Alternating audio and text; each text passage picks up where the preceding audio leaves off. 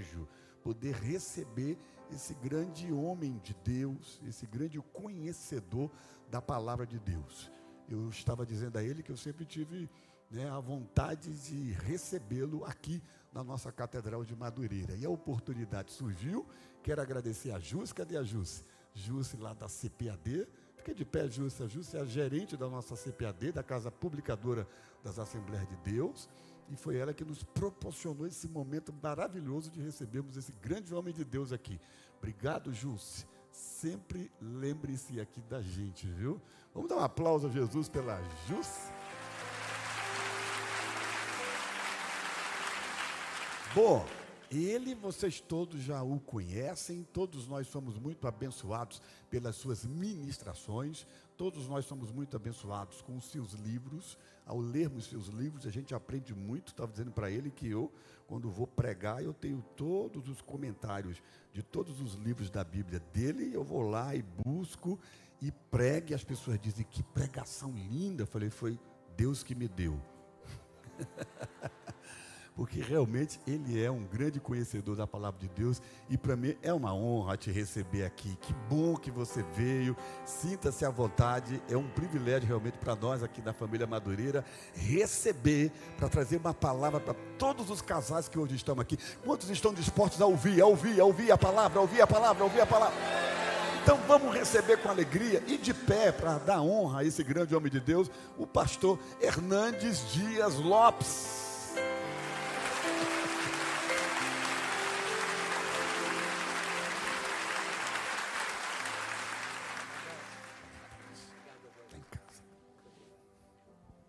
Podem assentar, meus amados irmãos. Obrigado, pastora Deus, pelo seu carinho.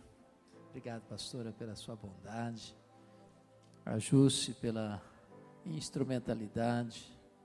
Vilela nos acompanhando pela editora. Que privilégio estar aqui com vocês. Linda igreja, lindo povo, lindos casais.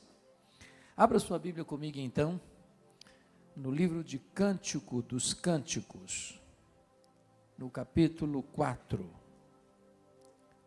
Cântico dos Cânticos, capítulo 4.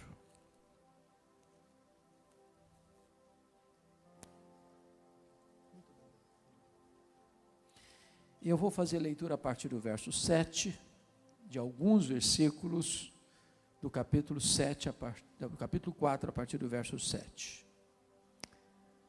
Do 7 a 9, aliás, o 7 e o 9. O 7 diz assim: Tu és toda formosa, querida minha, e em ti não há defeito. Verso 9: Arrebataste-me o coração, minha irmã, noiva minha, arrebataste-me o coração com o sol dos teus olhares, com a sua pérola do teu colar. Verso 10: Que belo é o teu amor, ó minha irmã, noiva minha, quanto melhor é o teu amor do que o vinho e o aroma dos teus ungüentos, do que toda sorte de especiarias. Os teus lábios, noiva minha, destilam mel, mel e leite se acham debaixo da tua língua, e a fragrância dos teus vestidos é como a do Líbano. Jardim fechado és tu, minha irmã, noiva minha, manancial recluso, fonte selada. Verso 15: És fonte dos jardins, poço das águas vivas, torrentes que correm do Líbano. Amém. Até aqui. Walter Trobisch, no seu livro Eu Amo Você, conta uma lenda muito curiosa. Ele retrata o primeiro casal, Adão e Eva, mas de uma maneira espirituosa. E ele diz assim: quando Deus criou o homem,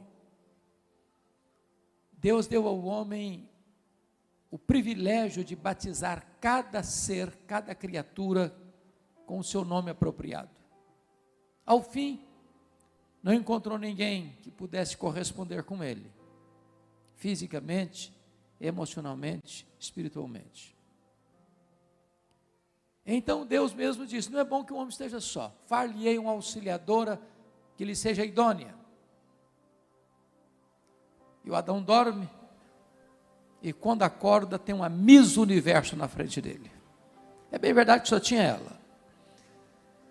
E ele disse: esta sim afinal é carne da minha carne, osso dos meus ossos, e etc, e etc, e etc. E aí, diz a lenda que ele foi para casa feliz da vida, com a Miss Universo do seu lado.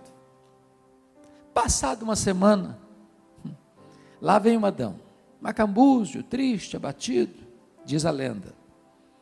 E disse assim para Deus: ô Deus, eu vim devolver essa mulher, eu não dou conta não. Ela fala muito, chora por qualquer coisa, não consegui entendê-la, então vim devolver. E a lenda diz que Deus disse assim para Adão: mas é isso que você quer, Adão? Eu falei: é isso que eu quero, não dou conta não. Tá bom, tudo bem. Aí o Adão voltou aliviado para casa. Passado uma semana, lá vem um Adão triste, macambúzio, surumbático, abatido. Eu disse: Deus, a minha vida ficou tão vazia sem ela, eu não sei viver sem ela.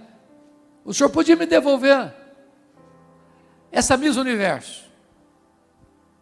Aí Deus perguntou na lenda assim: é isso que você quer, Adão? É isso que eu quero, eu não sei viver sem ela não. Tá bom. Aí voltou Adão feliz da vida para casa, com a Miss Universo do seu lado. Passado uma semana, lá vem o Adão, triste, macambúzio, surumbático. Falou: Deus, agora é definitivo, agora eu descobri que eu não dou conta mesmo. Não consigo, não consigo. Aí diz a lenda que Deus diz assim para Adão: Adão, você não sabe viver com ela, mas você também não sabe viver sem ela. Então você vai para casa e aprende a amá-la, não a entendê-la. E assim começou a saga do casamento.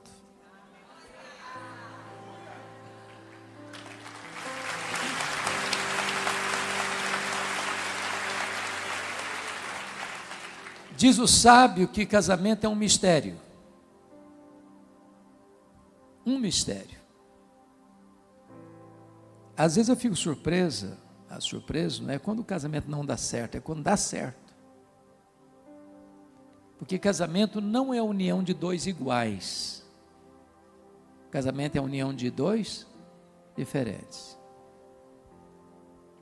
Dr. John Gray disse: o homem é de Marte, a mulher é de Vênus.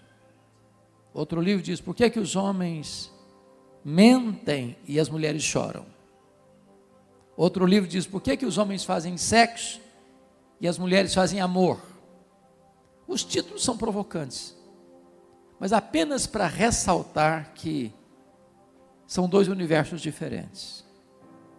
Não existe essa ideia de almas gêmeas. Acredita que essa bobagem foi cantada no meu casamento? Almas gêmeas. Não existe esse negócio. Não, não tem não. Nem aquela ideia de uma tampa para cada panela, também não existe. Uma bota torta para cada pé, também não existe. Casamento é uma união de dois diferentes que precisa de muito trabalho e empenho para dar certo. Então hoje eu gostaria de trazer a vocês aqui alguns princípios para dar certo. E o que a gente tem que fazer para o casamento dar certo? Primeiro princípio, versículo 7. O princípio do elogio. Tu és toda formosa, querida minha, e em ti não há defeito. Quando eu leio isso aqui, a primeira conclusão que eu chego é que o escritor devia morar na lua. Ou ele não está sendo honesto. Eu pergunto a vocês: existe uma pessoa hoje, depois de Adão e Eva terem feito a bagunça que fizeram no Éden, perfeita? Existe essa pessoa? Tem o endereço dela? Dá para dar o CPF dela? Se não existe essa pessoa perfeita, por que ele está dizendo isso aqui então? Tu és toda perfeita, querida minha. Aqui está o ponto. É que quando você ama, você não se concentra nos defeitos, você foca nas virtudes. Porque se você for investigar os defeitos do seu marido ou da sua mulher, você vai ficar ocupado demais. Você não vai ter tempo para fazer mais nada.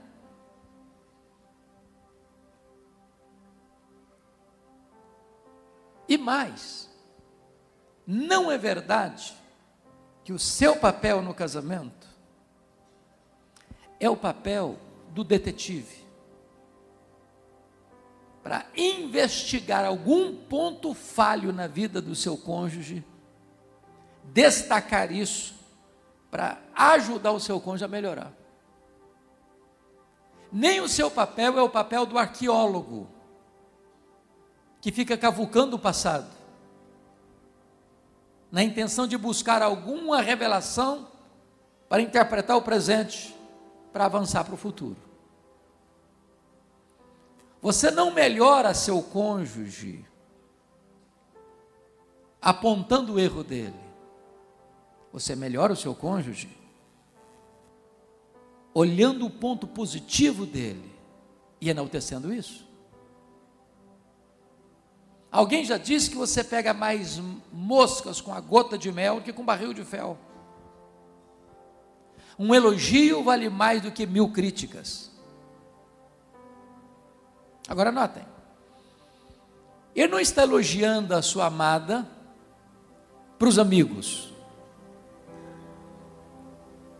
O elogio é direto. Tu és toda formosa, querida minha. Porque eu conheço maridos que elogiam a esposa para os amigos, mas ela nunca ficou sabendo disso. Ele nunca falou para ela: a minha mulher é uma bênção, mas ela nunca ouviu isso dele. Agora mais, se você não está elogiando sua mulher e seu marido, alguém está fazendo isso. Porque se você não vê razões para elogiar seu marido e sua mulher, alguém está vendo e está elogiando. Agora pense comigo.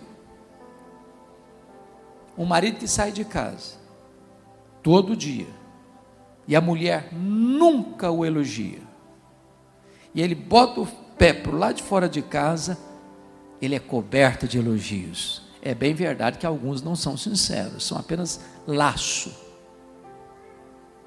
Ou imagine uma mulher que o marido nunca elogia, ela põe o pé para o lado de fora de casa e ela é coberta de galanteios. Olha o problema aí. É por isso que a Bíblia diz que o marido que ama a sua mulher santifica a sua mulher. Porque uma mulher que é elogiada, é amada, é bem cuidada, bem valorizada, ela é protegida. Quando alguém, uns Dom Juans da vida, lançam a sua rede, sai para lá, seu camarada. Eu tenho valor, eu tenho dignidade, eu sou amada. Me permita uma pergunta. Qual foi a última vez que você elogiou, por exemplo, a sua mulher, porque a sua casa anda em ordem? Você pode receber uma visita de surpresa, sem passar vergonha. Porque tem casa que, se você chegar de surpresa, parece que passou um tsunami por lá. Se você abrir o guarda-roupa, tem um acidente doméstico.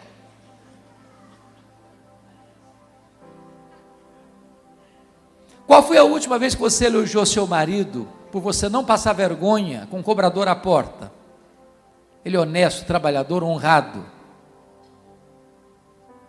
Ah, pastor, mas isso é mais a obrigação dele ou dela. É, mas tem muita gente que não está fazendo isso não. Aprenda a elogiar.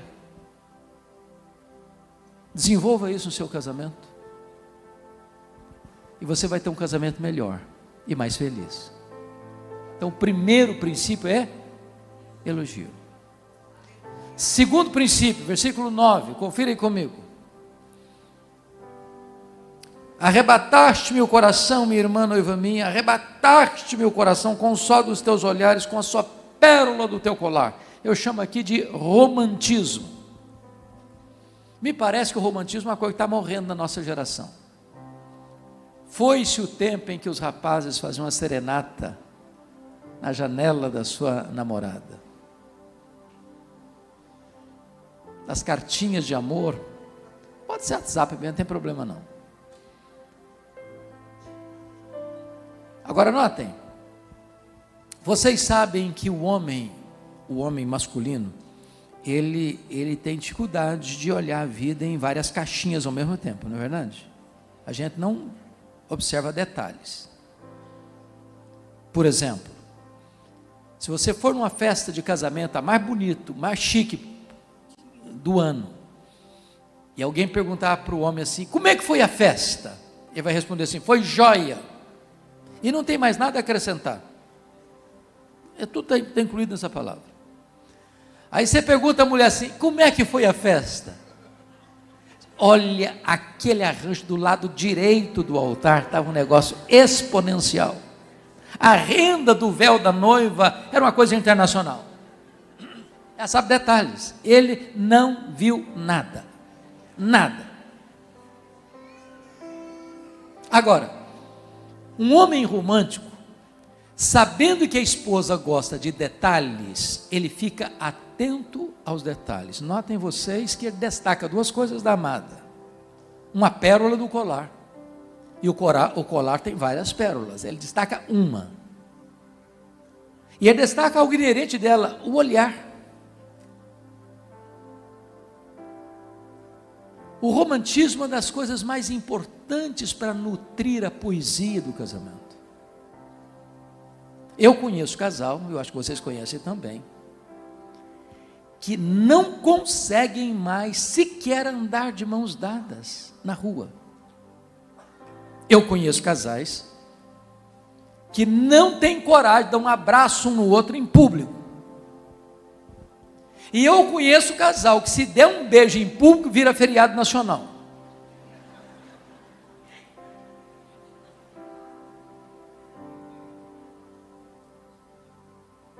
Romantismo. Nos gestos pequenos, por exemplo, e eu sei que vocês fazem isso, eu só estou citando para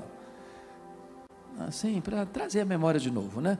Mas o marido que abre a porta do carro para a esposa entrar, eu sei que vocês fazem isso, não é verdade? Os amazonenses então são muito românticos. Eu estava a certa feita com um casal, e um detalhe, eu sei que isso é cultural, mas não tem problema não. Se o seu marido estiver dirigindo o carro, você mulher, você esposa, pode ser o doutor fulano das quantas, ele vai no banco de trás. Quem vai do lado do marido é a sua mulher. Ah, mas eu quero honrar você. Não, eu vou honrado lá atrás mesmo. Esse lugar aqui é da sua esposa. Aí eu fui para um jantar com um casal, e eles pararam o carro no restaurante, e eu desci, estava atrás obviamente, e fiquei em frente à porta da amada, da esposa, e perguntei assim, a senhora não vai descer? Ela me respondeu, eu nunca precisei abrir a porta do carro. Eu falei, toma cara, aprende pelo menos, né? Aprende.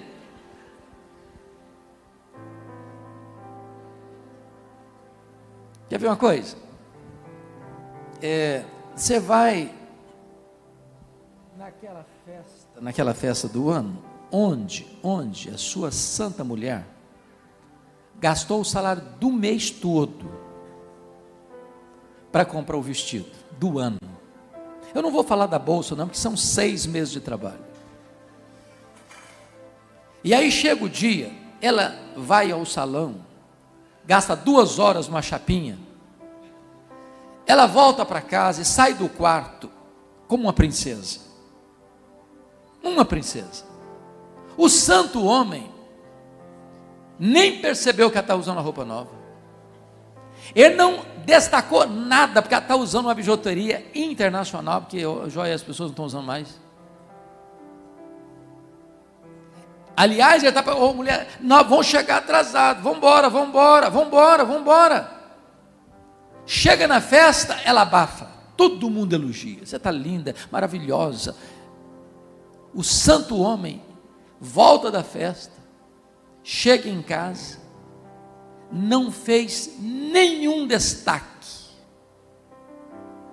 E ela pode ter recebido 1000 elogios na festa. Ela volta frustrada.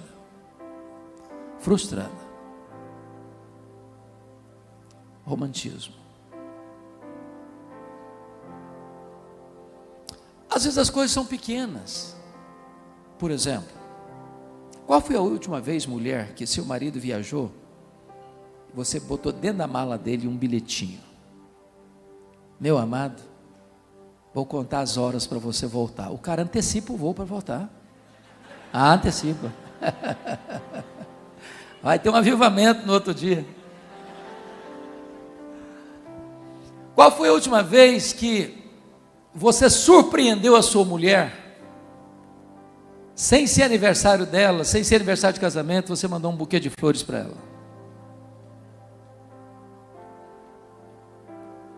Qual foi a última vez que você, mulher, preparou um jantar especial?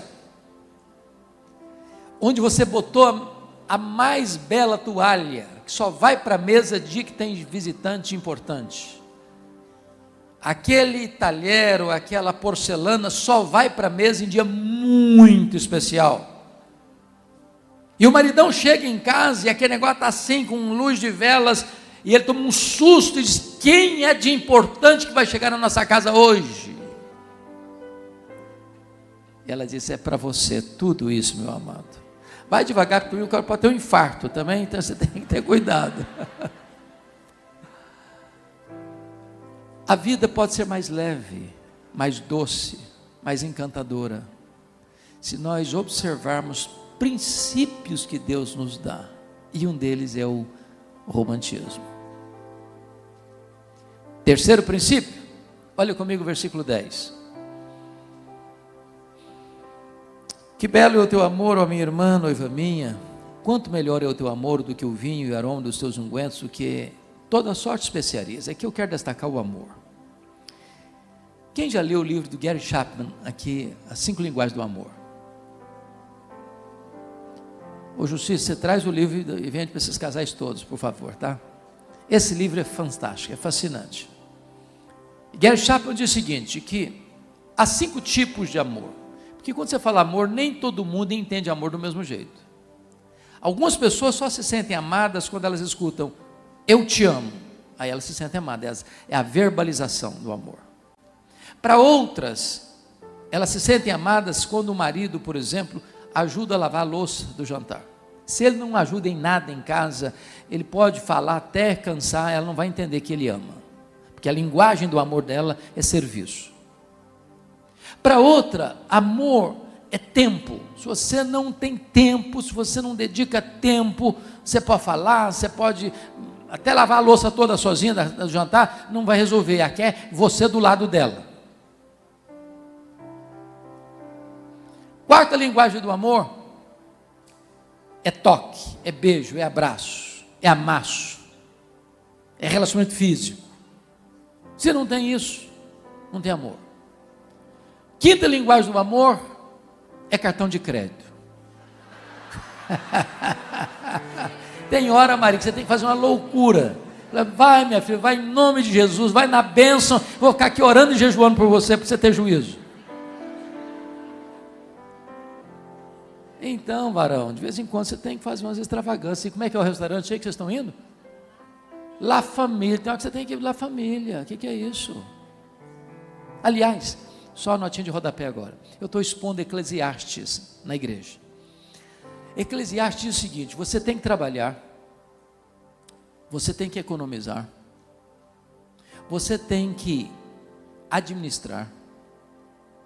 Agora, por favor, usufrua o fruto do seu trabalho. Você conhece gente que trabalha, acumula e não usa nada. Aí o dia que morre, quem nunca ralou é que vai usar e vai usar mal. Então, se Deus está lhe dando, não estou falando de desperdício, não estou falando de você querer aparecer, não, é usufruir o fruto do seu trabalho. Desfrute isso. Vá num restaurante bom.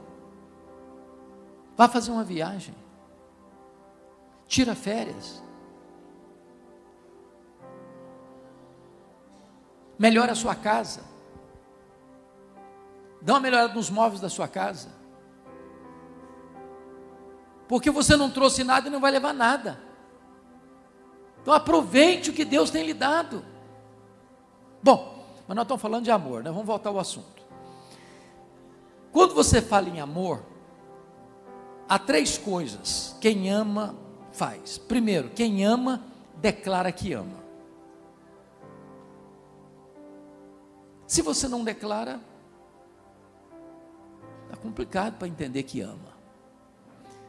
O que eu acho curioso é que a primeira cerimônia de casamento que eu realizei no meu ministério foi lá em Bragança Paulista, onde eu comecei meu pastorado. Depois que eu fiz a cerimônia, 1 ano depois, o casal voltou ao gabinete pastoral. E a mulher estava muito brava com o marido. Ela disse: pastor, a última vez que o meu marido me disse que me amava foi no dia do casamento. E ele olhou para ela meio surpreso, assim, meio chocado, disse: mas é preciso falar outra vez? Não falta nada para você? Coitadinho, não tinha entendido nada. Pior do que esse foi aquele rapaz que está ali no altar, e ele disse para a noiva assim: olha, hoje eu estou declarando para você que eu te amo. Se qualquer dia da vida eu me arrepender, eu te aviso. Vamos encurtar a conversa. Quem ama, declara que ama. Segundo, quem ama tem tempo para a pessoa amada. Quando você fala para alguém, eu não tenho tempo, você está dizendo assim, não é prioridade. Cada um de nós aqui tem sua realidade, né? Eu tenho uma agenda muito intensa. Mas uma coisa que eu faço, e sempre fiz, todo dia eu falo com a minha mulher, com os filhos. Eu ligo. Às vezes não atende. Às vezes o filho está em outra atividade, não pode atender. Todo dia eu olho o meu telefone. Eu posso estar na reunião mais importante do mundo. Se o telefone tocar e eu olhar, é a minha mulher, ou os meus filhos, ou a minha família, eu atendo na hora. Na hora. Se tiverem precisando de mim, eu deixo qualquer reunião da mais importante e vou atender naquele momento. A minha família precisa saber que ela é a minha prioridade. Quem ama, tem tempo para a pessoa amada. Mas me deixa eu dar um exemplo. Eu fui pastor solteiro 5 anos e meio. E lá em Vitória, onde eu estava exercendo meu pastorado, eu acolhi, recebi, aqui que nós chamamos a Assembleia Geral da denominação. Então nós tínhamos mais de 1000 pessoas lá. E um colega de turma, que era pastor numa igreja do interior do Espírito Santo, me disse assim, isso era mês de julho, falei: pastor Hernandes, você pode pregar na minha igreja esse ano?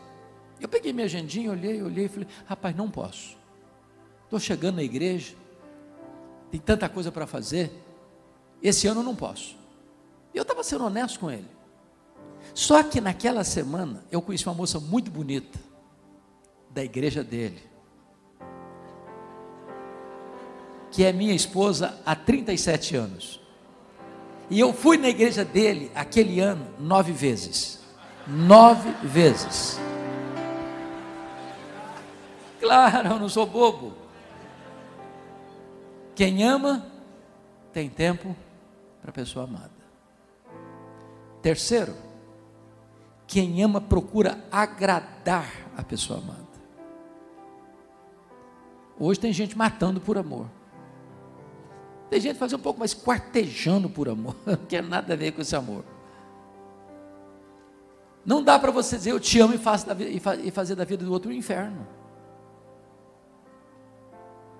Porque tem gente, como diz o pastor Jeremias Pereira, que eu acho que alguns conhecem aqui, um jeitão assim, informal de dizer, que lá na hora do altar, se não tiver um microfone para a igreja toda escutar os votos que um faz ao outro, só o pastor escuta. E tem gente que está prometendo assim, eu te prometo, que a partir de hoje, eu vou acabar com você. Te prometo, que você não vai ter um dia de paz mais.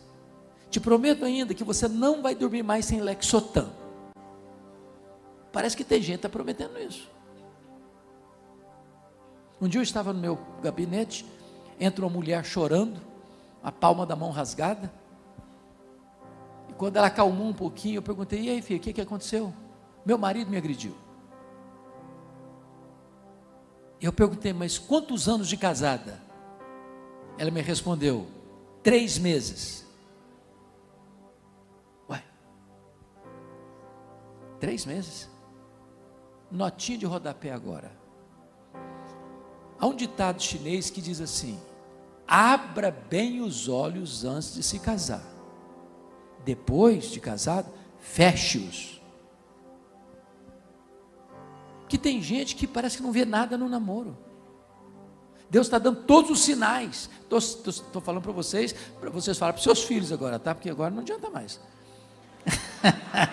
Agora aguenta. Outra notinha de rodapé então. Não é verdade que pai e mãe não possa e não devem interferir no namoro de filhos. Pode e deve. Pode e deve. Namoro ruim é um ensaio para um casamento trágico. Rapaz começou a namorar, a menina começou a namorar, já não fala com mais ninguém. Atende o telefone, fica meia hora e termina o telefonema chorando. Na igreja não conversa com mais ninguém também. Está na hora do pai e da mãe dar um tapa na mesa, falando, não dá mais, chega. Ah, vai entrar no quarto, chorar. Chorar não mata filho não, gente. Ninguém morre porque está chorando. Agora, casamento trágico mata sim. Mata a família toda. Mata a paz, mata a alegria, mata a harmonia. Quem ama, procura agradar a pessoa amada. Quarto princípio. Olha o versículo 11 comigo. Os teus lábios, noiva minha, destilam mel. Mel e leite se acham debaixo da tua língua, e a fragrância dos teus vestidos é como a do Líbano. Aqui é o princípio da comunicação. E aqui está a alma do casamento. Provérbios 18, 21 diz que a morte e a vida estão no poder da língua. Quem bem a utiliza come do seu fruto. Em outras palavras, ou você pode matar, ou você pode dar vida ao seu casamento, dependendo da maneira como você se comunica. Pierre Weil, no seu livro Relações Humanas no Trabalho e na Família, diz que o seu corpo é uma máquina de comunicação. Você se comunica com o olhar, com o semblante, com as palavras, com o silêncio, com o tom da voz, com a expressão facial, com a sobrancelha. Você se comunica. E para mim, nessa área de comunicação, o melhor princípio está lá em Tiago 1,19. O que está escrito lá? Todo homem seja pronto para ouvir, tardio para falar, tardio para se irar. Vamos olhar esses 3 pontos. Pronto para ouvir. A palavra pronto aí no grego é a palavra taxis. De onde vem a nossa palavra portuguesa táxi? O que é um táxi? Ou um Uber hoje? É um carro que você chama para atender você na hora que você solicita. Imagina você está indo para o aeroporto, uma viagem. Aí você chama o táxi. Ele diz, não, agora eu não vou não, mas daqui a meia hora eu passo aí e te pego. Não, daqui a meia hora não serve. Ou é agora ou não adianta. Pronto para ouvir. Deus fez você e eu com 2 conchas acústicas externas. E apenas uma língua amoralhada de dentes. Dizendo, escute mais. fale menos. Pronto para ouvir.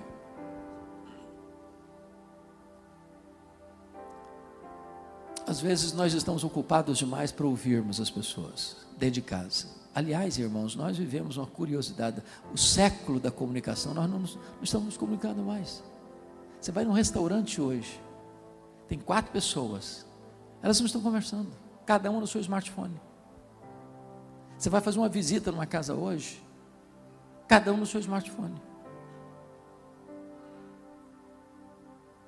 Nós vivemos a era da morte da comunicação. Ninguém quer ouvir mais ninguém. Segundo, tardio para falar. Quando você fala com o tom de voz errado, na hora errada, com a motivação errada, dá tudo errado.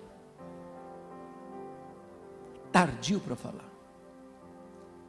Se você estiver com raiva, então, já perdeu a razão. Eu sei que essas coisas não acontecem com vocês, eu só estou trazendo assim para a gente ficar recordando, não é verdade? Tardio para falar. Então deixa eu contar uma historinha engraçada. Eu fui criado na roça, pastor. Mas roça mesmo, lamparina querosene. Não tinha remédio de farmácia, porque não tinha farmácia por perto. Era chá de raízes, de folhas, de plantas, etc e tal. Eu fui criado com a ideia de garrafada. Essa palavra existe aqui em Manaus? Garrafada? Pois é. Um cidadão ganhava vida fazendo garrafada, mas não era nem para dor de barriga, nem para dor no dedão do pé. Era para relacionamentos adoecidos. Aí um cidadão estava numa crise conjugal medonha, foi nele e disse: rapaz, eu sei que você faz uma garrafada aí, que isso aqui é batata, resolve o problema. Eu falei: resolve. Eu estou numa crise muito grande na minha família, meu casamento. Rapaz, vai resolver. Então eu quero uma. Quanto é? Tanto. Falei: está doido, cara? É muito caro? Está maluco? Não, eu não faço conta também não. Agora, se não funcionar, eu devolvo o dinheiro. Bom, se é desse jeito, eu quero. Comprou a garrafada. E diz: mas como é que eu uso esse negócio? O negócio é o seguinte: quando o clima ferver, começar a pegar fogo, o ânimo ficar exaltado, os decibéis começarem a crescer, coração ficar perturbado, com o sangue fervendo nas veias, vai lá e toma um gole. Só um detalhe: não engole na hora não, enche a boca, aguenta, engole não. Quando as coisas acalmarem, aí você engole. Vai funcionar, que é uma beleza. Às vezes a gente é precipitado no falar, tardio para falar. Mas o que o texto diz mais? Tardio para se irar. Eu nem vou perguntar se você já um dia ficou irado com o seu marido ou com a sua mulher, que isso não é se, é quando. Porque às vezes, pastor, eu encontro crentes muito piedoso, e eu tenho muita preocupação com gente piedosa demais. Não é que é piedosa demais, é problema não, é quando a pessoa diz que é piedosa demais. Porque às vezes eu encontro casal assim, tem 50 anos de vida conjugal, e diz: eu nunca tive nenhum entreveirozinho desse tamanhozinho com a minha mulher, com o meu marido. Deve ser um anjo disfarçado de gente entre nós não estamos sabendo. Filho de Adão não deve ser.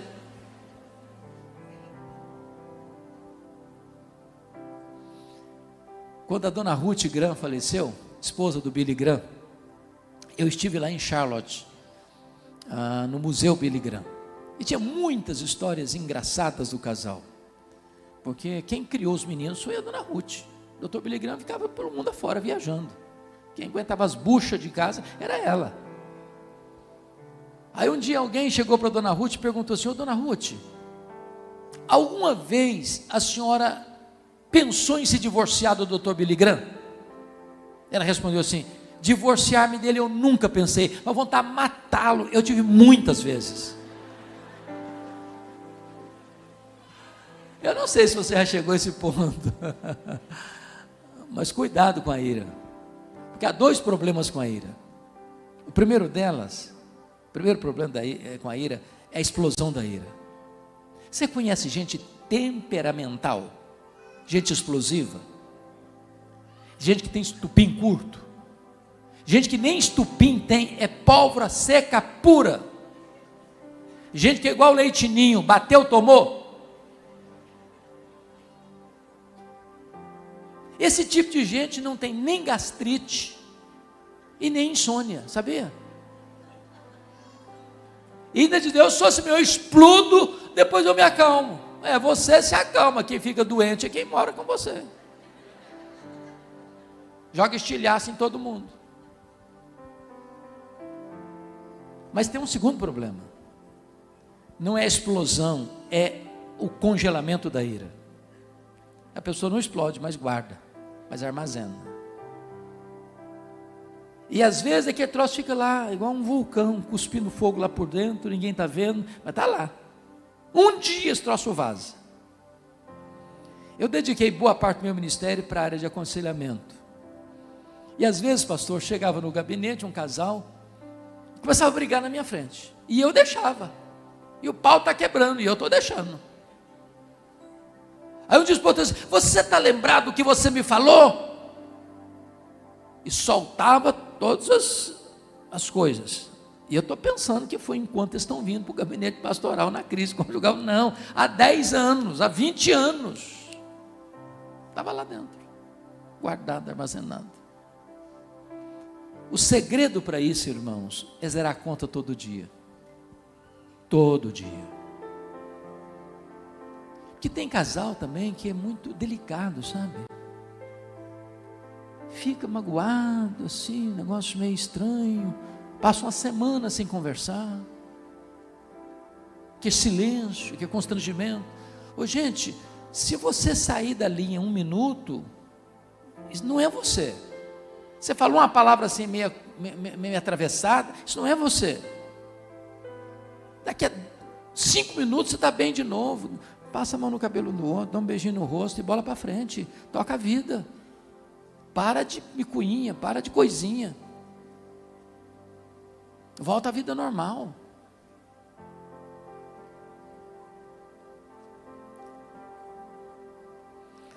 Porque senão a vida fica pesada, entendeu? Os biógrafos do Dr. Abraham Lincoln, o 16º presidente americano, o maior estadista americano, diz o seguinte, que a maior tragédia da vida do Abraham Lincoln não foi o seu assassinato, foi o seu casamento com Mary Todd Lincoln. Ela era ranzinza demais. O apelido mais bonito que ela botou no marido dela foi macaco. Ele estava reunido com seus ministros de Estado, ela jogava café quente na cara dele, na presença dos ministros. O Abraham Lincoln tinha um problema. Ele era apaixonado por reuniões até altas horas da madrugada. Não é que gostasse de reuniões até altas horas da madrugada, não. O que eu não gostava é de voltar para casa. Deixa eu contar uma historinha para você entender melhor esse ponto. Havia um cidadão que era vendedor ambulante. Conhece vendedor ambulante? Lá na minha terra chamava de mascate. O cara saía vendendo de porta em porta, a pé, com a malinha nas costas. Aí chegou um vendedor ambulante numa sapataria, e só gente de 50 anos para cima vai entender o que eu vou falar agora, e perguntou assim, tem sapato Vulcabras? Ô, gente, Vulcabras é um negócio internacional. Pensa num sapato bom. Ao vendedor disse, tem, sim, senhor. E todo vendedor de sapato, ele não perde o pulo, ele olha para o pé do cara, qual é o seu número? É 39, o cara traz um 38, um 39, um 40, um 41, para não perder o pulo. A hora que ele trouxe o sapato, o número dele era 40. Ele falou, eu quero um 38. O vendedor, não, 38 não vai dar para o senhor não, vai ficar muito apertado. Ele falou, mas eu quero o 38 mesmo. Aí comprou o 38 e os dedinhos ficaram tudo enrugados. Já saiu o calçado com 38 dali mesmo. Passado um ano, o mesmo vendedor foi na mesma sapataria, procurou o mesmo vendedor, disse, tem sapato Vulcabras? Eu falei, tem. E eu lembro de você, seu número é 40. Eu falei, eu quero um 38. Rapaz, o 38 é apertado. Não, eu quero um 38 mesmo. Já botou ali, já saiu com 38, dedinho tudo enrugado. Passado um ano, lá veio o mesmo vendedor, na mesma sapataria, procurou o mesmo vendedor, falei, tem Vulcabras? vendedor falou, tem, cara, e o seu número é 40, eu estou lembrado de você. Eu quero um 38. Rapaz, não é possível. Você vai me contar esse negócio aí, não é possível. O que é isso? Mas você quer que eu conte o meu? Quero. Claro, eu não estou te entendendo não, hein? Rapaz, sabe por que eu compro um 38? É o único alívio que eu tenho na vida, ao chegar em casa, cara, é tirar esse sapato. Se eu não tiver pelo menos esse alívio, eu não tenho alívio nenhum quando chego em casa, não.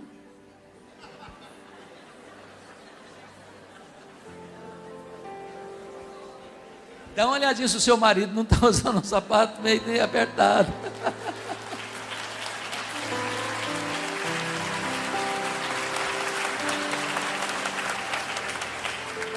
A sua casa tem que ser o melhor lugar do mundo para você viver. Melhor lugar do mundo. Bom, deixa eu só partir para um último ponto. Vou pular outros aqui. Obrigado, meu príncipe. Vamos lá para o versículo 15 e eu encerro aqui. Vamos falar um pouquinho agora sobre a vida íntima, a vida sexual. És fonte dos jardins, poço das águas vivas, torrentes que correm do Líbano. Meus irmãos, eu fui criado numa geração, eu acho que muitos aqui também, que esse assunto é um assunto proibido. A primeira palestra que eu escutei sobre o assunto, o cara falou, e meus irmãos, hoje nós vamos falar sobre sexo. Eu falei, meu Deus, que troço é esse, sexo?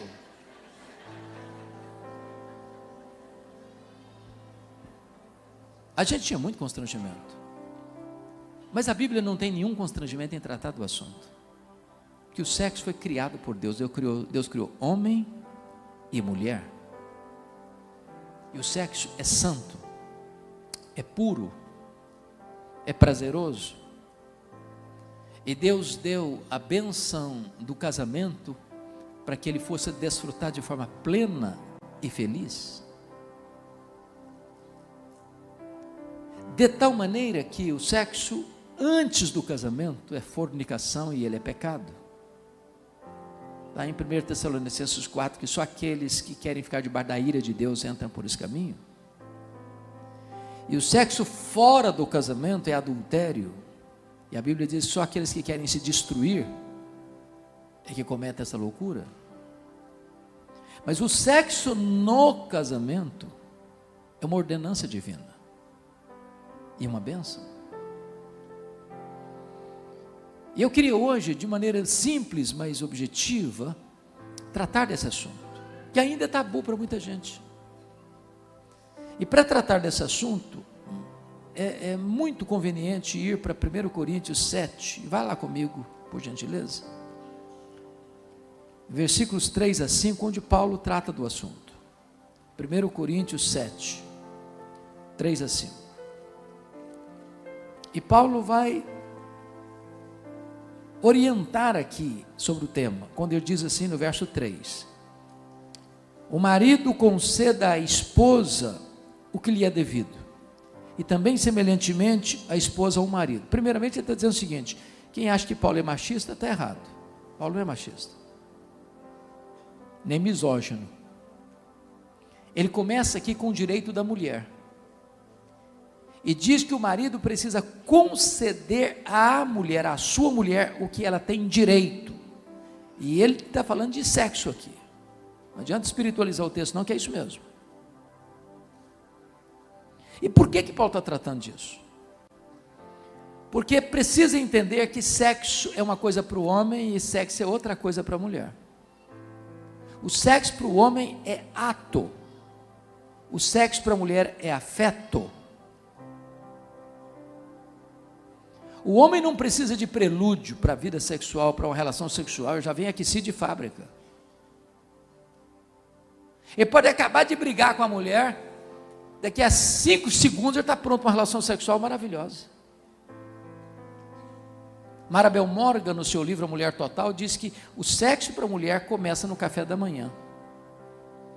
Se o marido não é romântico, carinhoso com a mulher, agride a mulher com palavras e atitudes, de noite vai ter pedra no colchão.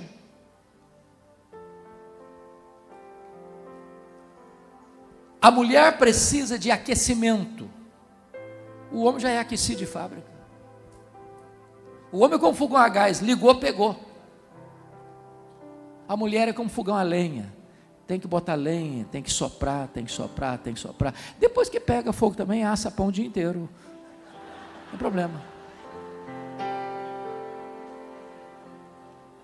Se o homem não entender o mecanismo, ele vai querer ganhar o jogo nos pênaltis,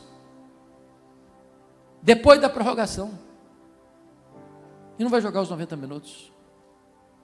Ele vai chegar e a esposa vai passar fome no banquete, porque não entendeu o mecanismo que o próprio Deus criou entre a sexualidade masculina e a feminina. É por isso que Paulo começa com o direito da mulher. O marido conceda à esposa o que lhe é devido.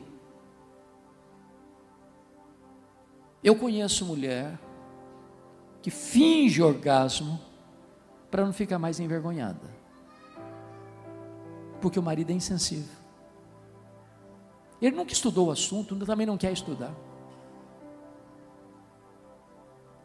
Marido que é machão demais para ir a um médico pedir uma ajuda, que tem tratamento, tem bons livros sobre o assunto, pode melhorar.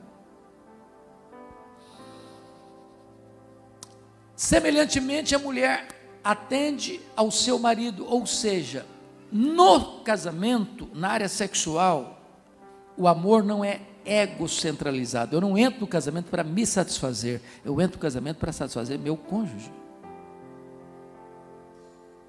E é na medida que eu busco a satisfação do meu cônjuge que eu encontro a minha própria satisfação.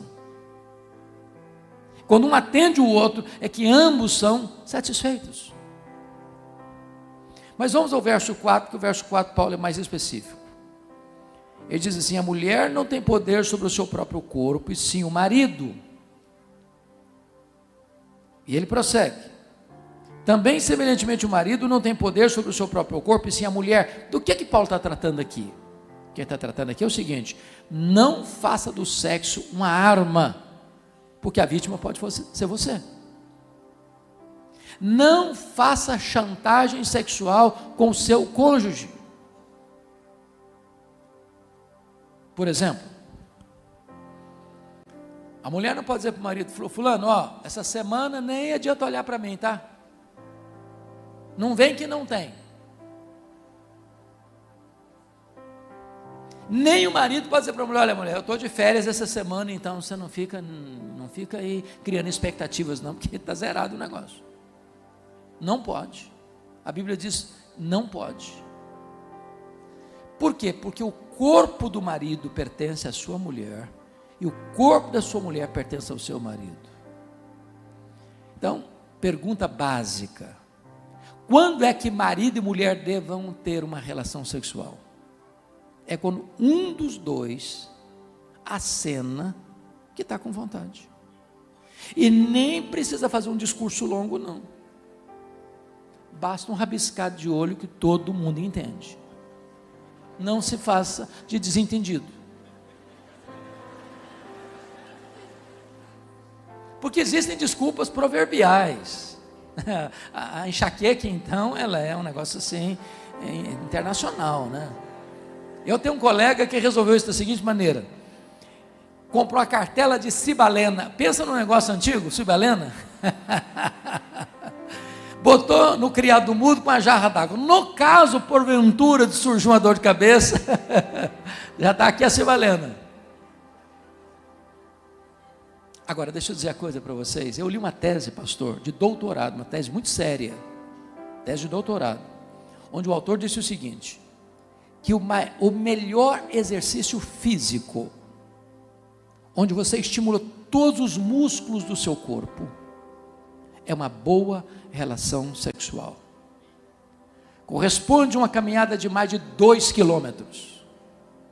Em outras palavras, em vez de você ficar dando volta no quarteirão e até gastando dinheiro com academia, faça o favor de fazer o dever de casa, que vai funcionar, que é uma maravilha.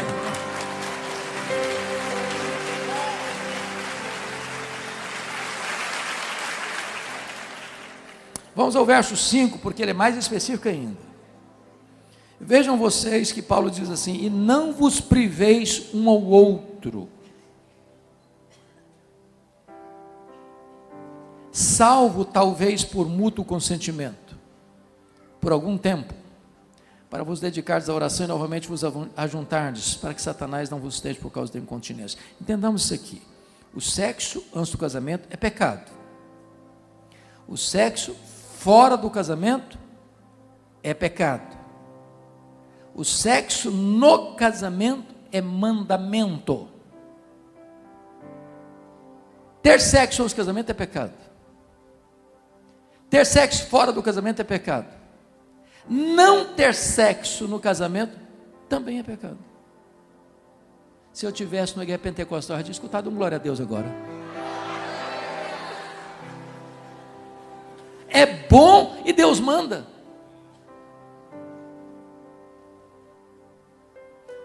Estou entendendo ou não estou entendendo? Precisa botar legenda ou não precisa?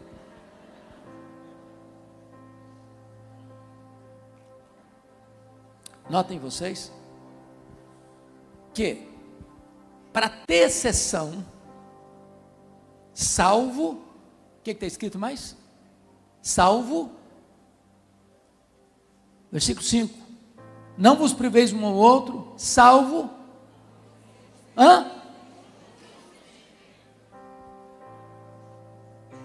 Não, eu queria que vocês pensassem na palavrinha talvez. Tira o talvez do texto, vamos ler sem o talvez. Não vos priveis um ao outro, salvo por mútuo consentimento. Tirei o talvez do texto. Qual o resultado? Bom, imagine que o marido diga para a mulher diga para o marido assim: olha, querido, nós já tivemos tantos anos de relação íntima, chega, já fizemos mais do que devíamos, já tem aí um saldo muito positivo, então a partir de hoje não tem mais, tá bom? Estão combinados? Estão combinados. Os dois estão de acordo? Estão de acordo. Está certo, tudo resolvido. Não teria problema nenhum. Os dois estão de acordo. Por que que o Espírito Santo, que inspirou o apóstolo Paulo a escrever, botou talvez? Salvo talvez. Por que o talvez? Porque nem sempre que marido e mulher estão de acordo, eles estão certos. Ananias e Safira estavam de acordo, estavam errados. Certa feita chegou no meu gabinete um casal de 60 anos e disseram assim para mim: pastor, nós estamos indo para a sua igreja. Eu falei: que bom, vocês são bem-vindos aqui, maravilha e tal. O papo vai, papo vem, papo vai, papo vem. Lá pelas tantas a mulher disse assim: mas tem um problema. Eu sabia que tinha, sempre tem às vezes. É que nós temos 20 anos que não temos relação sexual, mas estamos de acordo. E o maridão calado.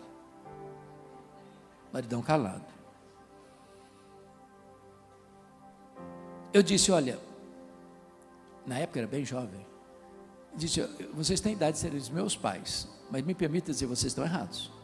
Vamos ver a Bíblia. Não vos priveis um ao outro, salvo, talvez, por mútuo consentimento. E não é por qualquer motivo não, é para vos dedicardes à oração. E a única vez que a Bíblia diz assim: não ora demais também não. E novamente vos ajuntardes. Que tem gente dando uma desculpa espiritual: não, pastor, eu estou me privando da relação íntima com a minha mulher, com o meu marido, porque eu estou orando, eu estou jejuando, eu estou até subindo um monte. Bom, você pode orar, você pode jejuar, você pode subir um monte, mas faça o favor de fazer o dever de casa. Por quê? É isso mesmo. É dessa maneira.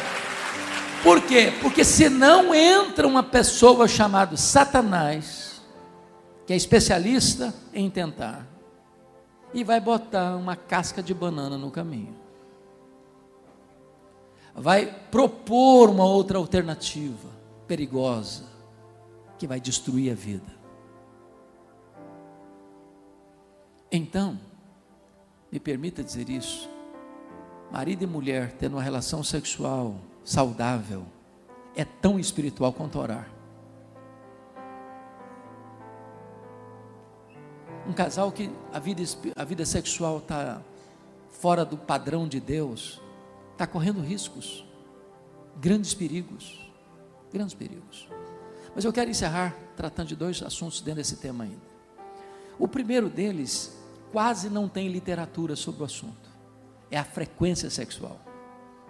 Cada ser humano, irmãos, é um universo único, único. Deus fez, jogou a forma fora. Então, há pessoas que são sexualmente hiperativas. Há pessoas que o sexo é maravilhoso, mas não é essa Brastemp toda.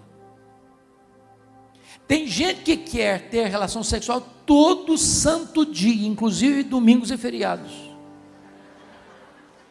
Tem outro que 2 vezes por semana está para lá de bom, já cereja em cima do bolo. O problema é que os casais crentes não conversam sobre a sua vida íntima. Não conversam. Não conversam. Eu vou dar um exemplo. Eu fiz um casamento, certa feita, 2 jovens líderes da igreja. 15 anos depois, os 2 vieram ao meu gabinete e estavam se separando. E os 2 bravos um com o outro. E o homem disse com voz cheia de veneno: eu estou me divorciando, pastor, porque a minha mulher não gosta de sexo. E ela respondeu na lata, na mesma padronagem: eu estou me divorciando, pastor, porque esse camarada só pensa em sexo. Eu brinquei com eles: pelo menos vocês estão separando pelo mesmo motivo. Mas vamos entender um pouquinho melhor. Quando eu fui conversar com o casal, eu descobri uma coisa: que a frequência sexual de cada um era diferente. Ele queria ter sexo todo santo dia. Ela 2 vezes por semana, estava muito bom. Mas não conversavam. Qual a conclusão dele? Ela não gosta de mim. Ela não tem atração por mim. Deve estar gostando de outro, não é possível. Qual a conclusão dela? Ele não gosta de mim. Ele explora o meu corpo por prazer dele. Como uma mulher me disse certa feita: pastor, o meu marido só gosta da casca. Ele não gosta de mim. Sabe o que eu fiz? Pastor, às vezes tem que ensinar matemática. Ensinar matemática. Falei: vamos fazer o seguinte. Quer dizer que você quer ter sexo todo santo dia? Falei: pastor, se for um pouquinho mais, uma vez mais por dia, eu vou ficar muito grato, inclusive. Você 2 vezes está bom, você está para lá de bom, pastor. Então vamos fazer o seguinte, vamos somar aqui: 7 na semana, para você, 2 está bom para você? Tá bom. 7 mais 2 dá quanto? 9. Divide por 2 dá quanto? 4,5. Vamos suspender essa média para 5 e não se fala mais nisso. Estão casados até hoje. Até hoje. Ô gente, vamos melhorar a média. Vamos dar uma melhorada na média. E você quer acelerar demais, dá um jeitinho, tomar um banho frio também de vez em quando, faz bem. Entendeu? Se botar legenda, está claro? Ok. Então, o último ponto que eu quero tratar é o seguinte. Hoje, mormente com o advento da internet, nós lidamos com um grande drama chamado pornografia. Cerca de 60% dos homens, 43% das mulheres lidam com o problema de pornografia. Pornografia é um vício, igual cocaína. Destrói a mente, destrói os relacionamentos, destrói a alma.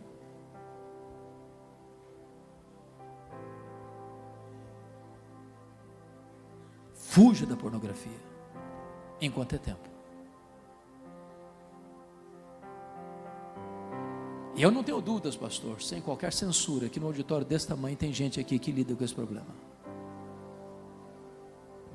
Me permita ilustrar.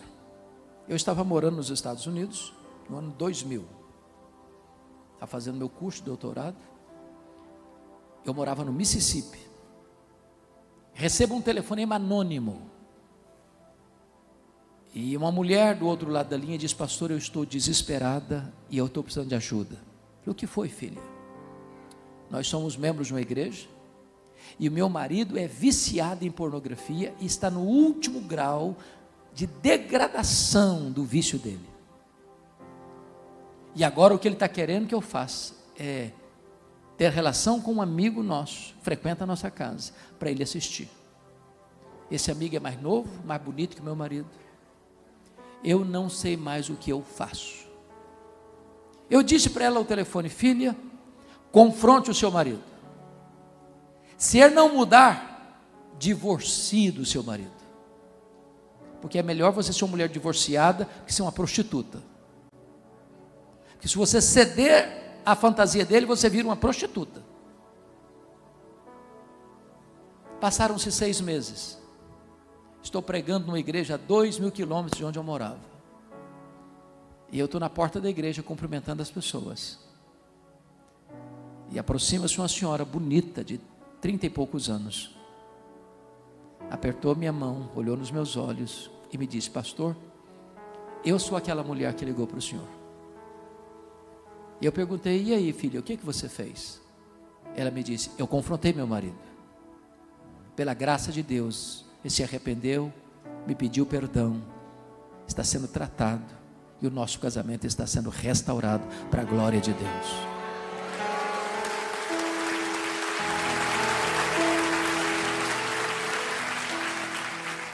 Houve uma greve dos garis em Nova York, a capital mundial do consumo. Uma semana sem recolher lixo. A cidade muito suja. Nas casas o lixo se acumulava. Um homem espirituoso criou uma forma de brincar com a situação.